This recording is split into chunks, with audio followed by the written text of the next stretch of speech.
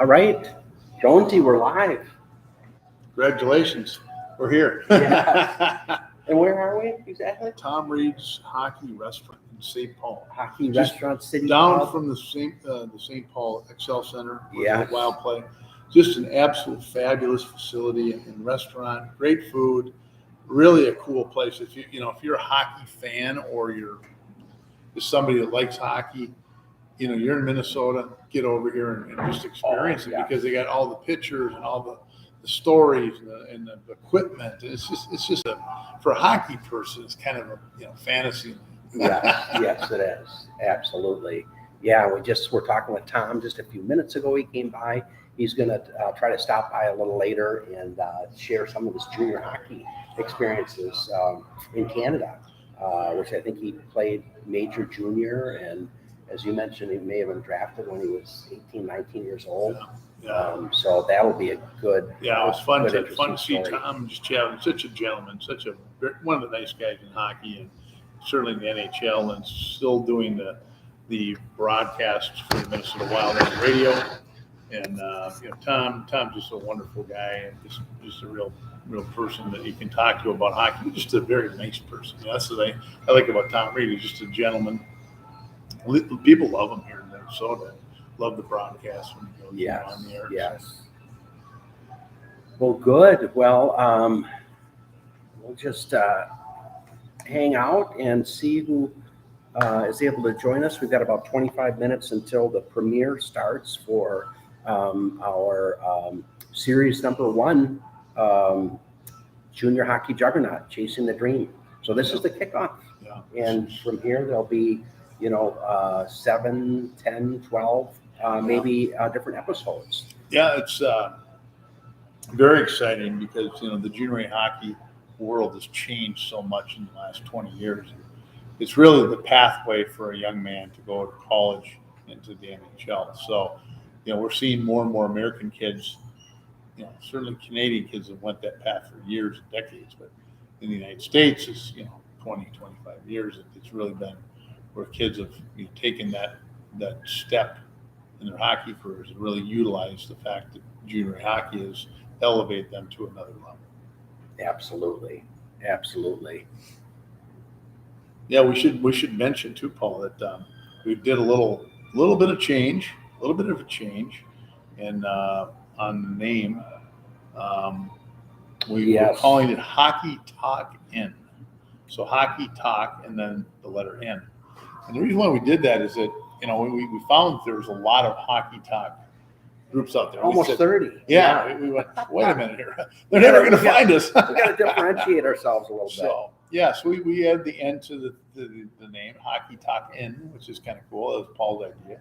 And give him credit for that. But I think it's going to be nice to have a differential piece that people can look for and not chasing all over the internet trying to find us, because there's no doubt in my mind, and I think yours as well, Paul, that this is something that's going to catch on. A lot of people are going to really enjoy these series because it's not just X's and O's. It's not videos of scoring goals. It's not videos of it's about the game of hockey and the love of the game and the human interest side of the game. And I think that makes for very interesting content.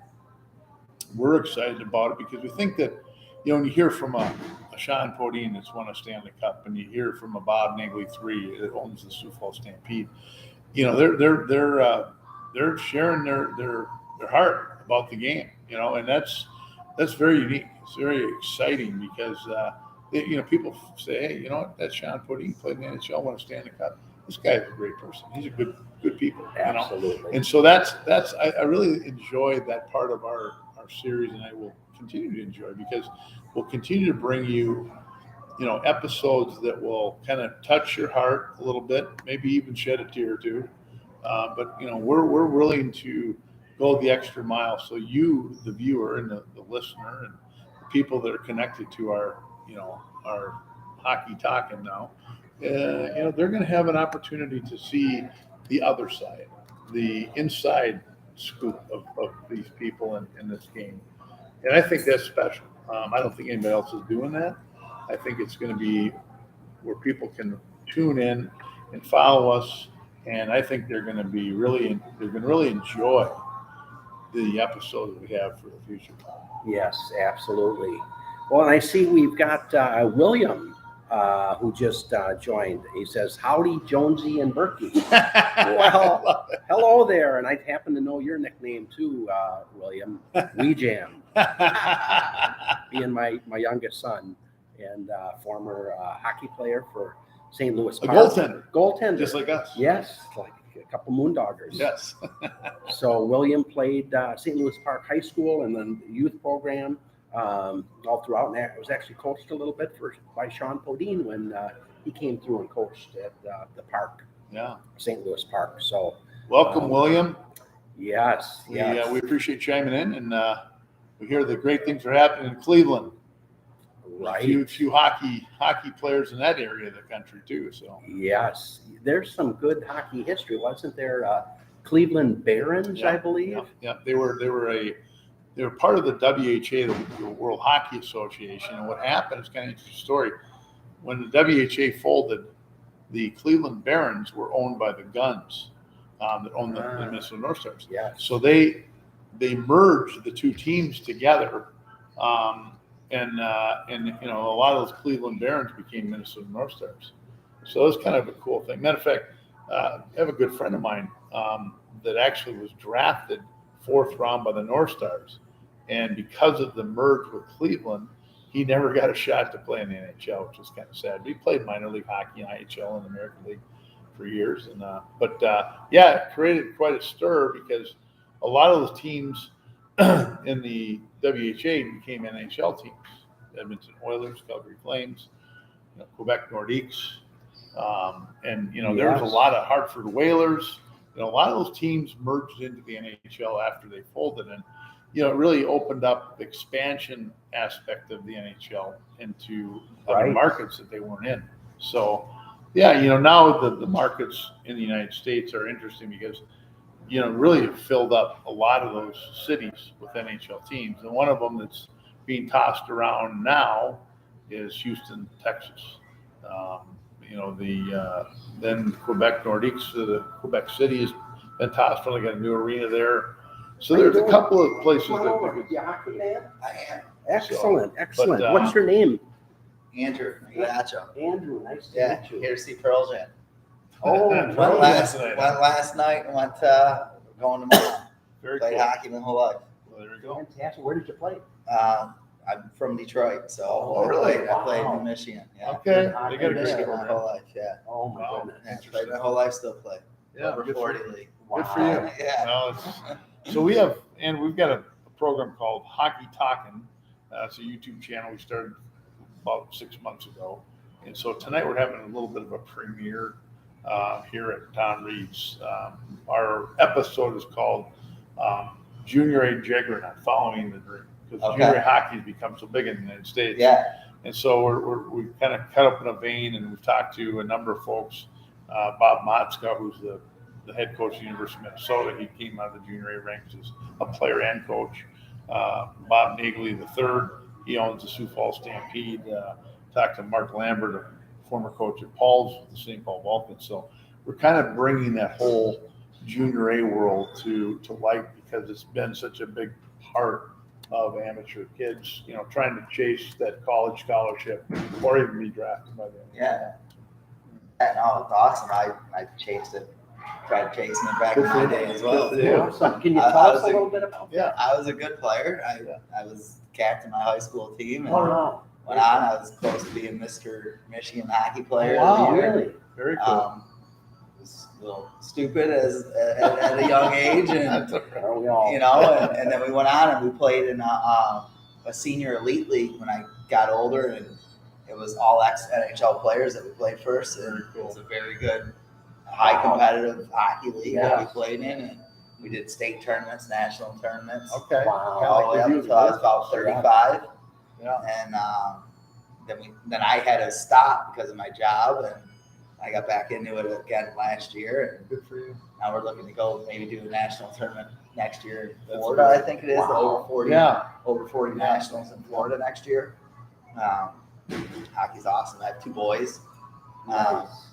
that don't like hockey and play football and baseball. Okay. Now I'm a football and baseball coach. Okay. Well, But I tried getting them in hockey, and they didn't like it, and it broke my back trying to chase them around the ice the whole time, But hockey's awesome. So we came here. We were at the hockey bar here, and Yes. this place is unreal. it is unreal. It It's, is. I'm I taking pictures of everything around here. It's Oh, it's incredible. freaking sweet. Yeah. This is the heart of hockey.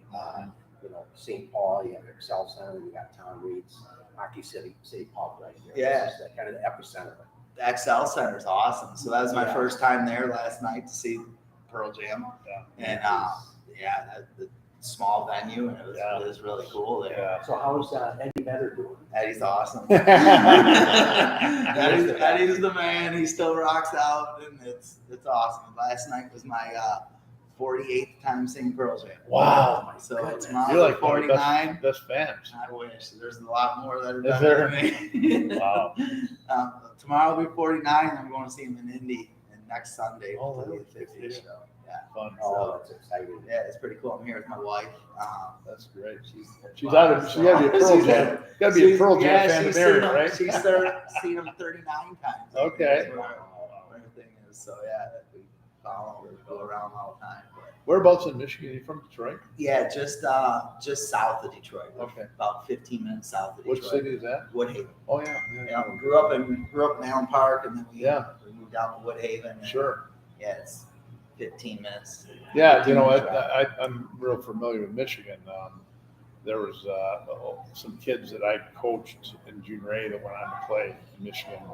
My best friend growing up as a kid played at Western Michigan Okay. for the Broncos, and actually had a good, successful career there, and ended up staying in Michigan and living in Michigan until he passed away a couple of years ago. But yeah, it was. He loved Michigan, loved Michigan hockey. He refereed.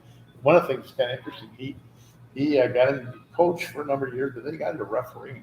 And he was doing like 100 games a year. I mean, I don't know how he could do it, but he was doing it.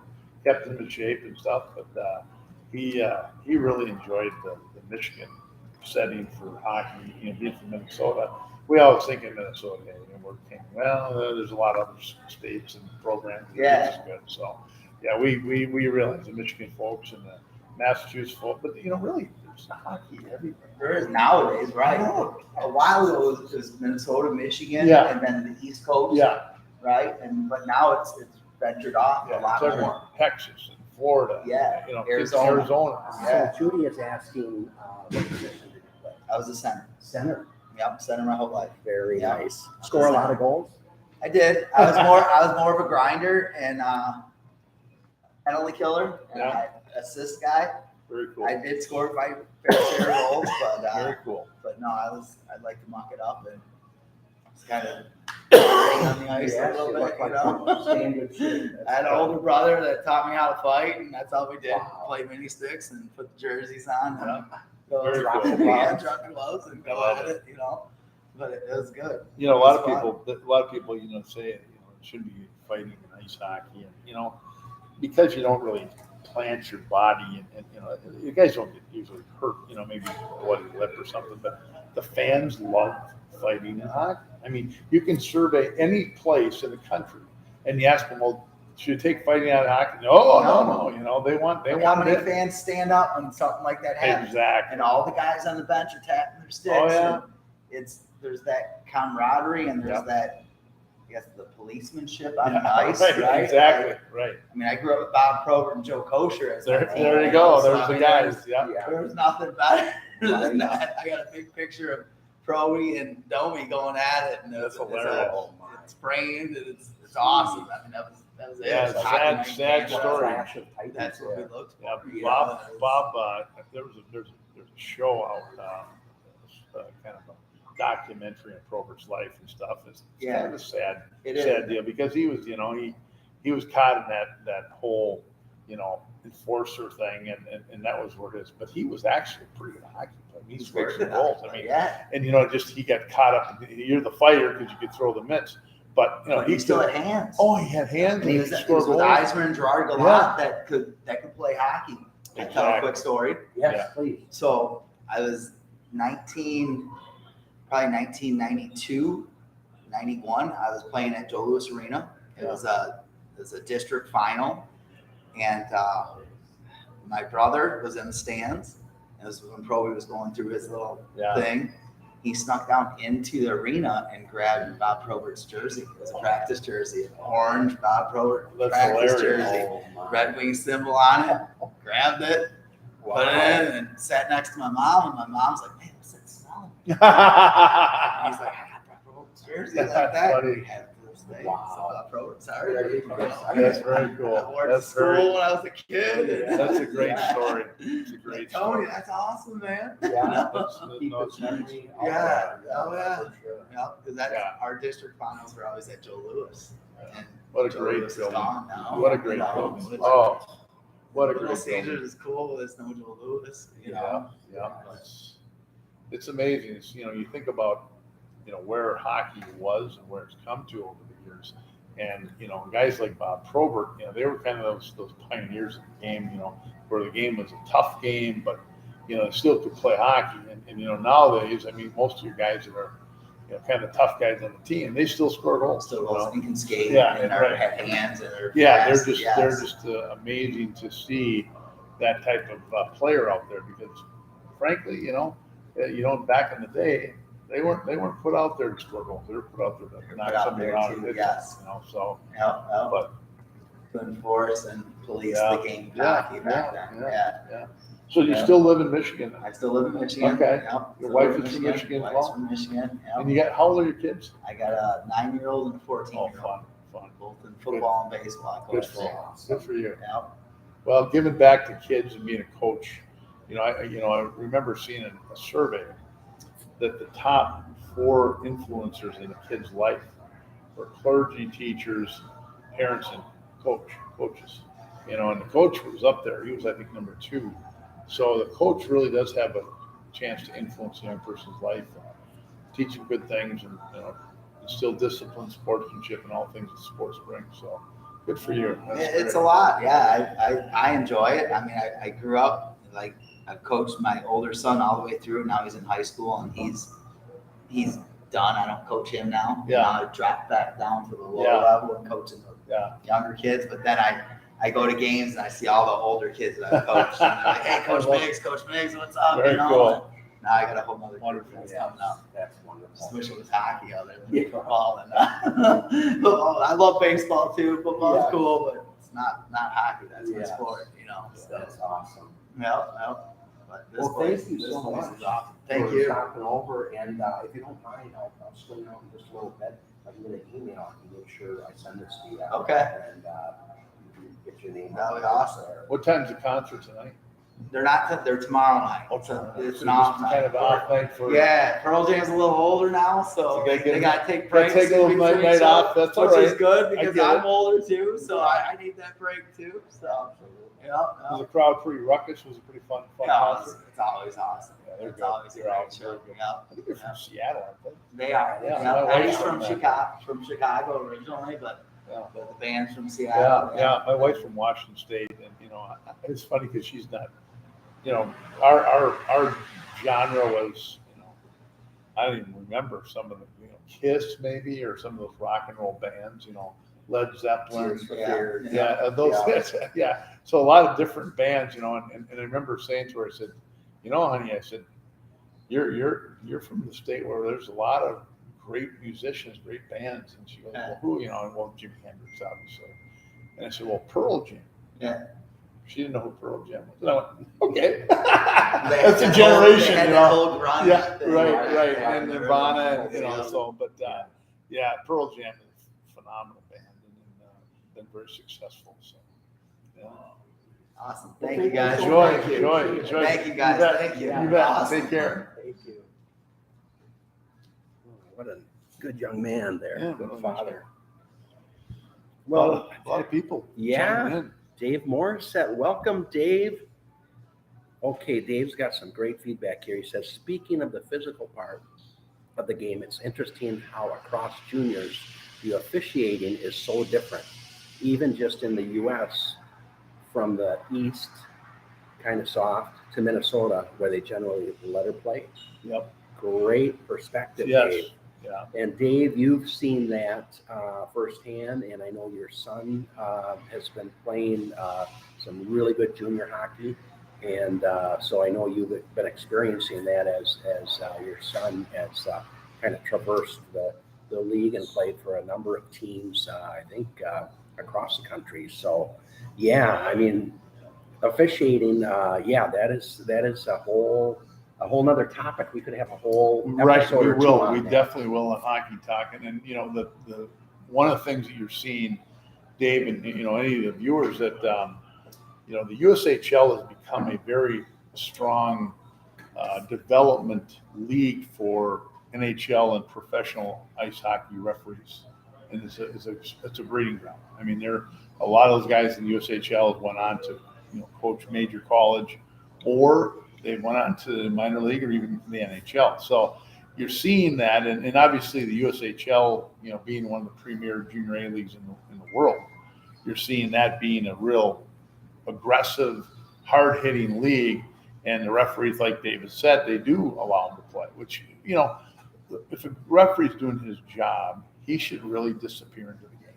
And that's the best referees, you know. You don't even know they're on the ice. And so, you know, obviously there's penalties in ice hockey and stuff has to be called. But, you know, for the most part, you know, if you're a good referee, you blend into the game and the game flows. And it's much more enjoyable for the fan and the player and the coach to have that type of play. Absolutely. And I remember when we interviewed Doug Christensen, who we'll hear from in just a minute, 5 minutes until our premiere at 5 o'clock Central. I hope everyone can watch that. It's the premiere of junior hockey juggernaut, Chasing the Dream. This little fly really likes me. And he's like he's shadowing you on the game on the ice. You know, you're like too good of a goal scorer, Paul. She's like shadowing you. He is. I took a shower this morning, I promise. But so we're kicking off this series. We're going to have, you know, 6, 8, maybe 12 different episodes that come out of this. So I think you'll really enjoy what's coming up here in just 5 minutes. But Doug Christensen, who was the deputy commissioner of the USHL when we interviewed him, and then he took another job as commissioner of the ECAC, the East Coast NCAA Division I hockey. And I know he talked about, he said, hey guys, you know, it's kind of simple. You need 3 things in hockey. You need a puck, you need ice, you need a referee. Right. And you can play hockey. Yeah. But yes, referees being a very important component of that. And Dave, we will take that topic and expand on that in future episodes for sure. We really appreciate that feedback. So hopefully everyone is able to see the premiere coming up. And thanks for that, Dave. Dave says, great stuff, guys. Appreciate that. The premiere is starting in just 3 minutes here. So what we're going to do is we're going to sign off during the premiere, and then we can all go watch the premiere. Again, that's 30 minutes. You can watch it on your mobile phone, your laptop, your tablet, whatever. And then we're going to open back up the live stream. And if you'd like to talk about it and provide some feedback, that would be great. Hopefully we'll have some more folks coming in and going from there. So we'll go ahead and pause this for now. And we're going to hop over to the premiere. And hopefully we'll see you on that in just a couple minutes here. And feel free to leave any comments and we'll go from there. Yeah. But thank you all so much for joining this. And we will see you very soon. All right. Thank you.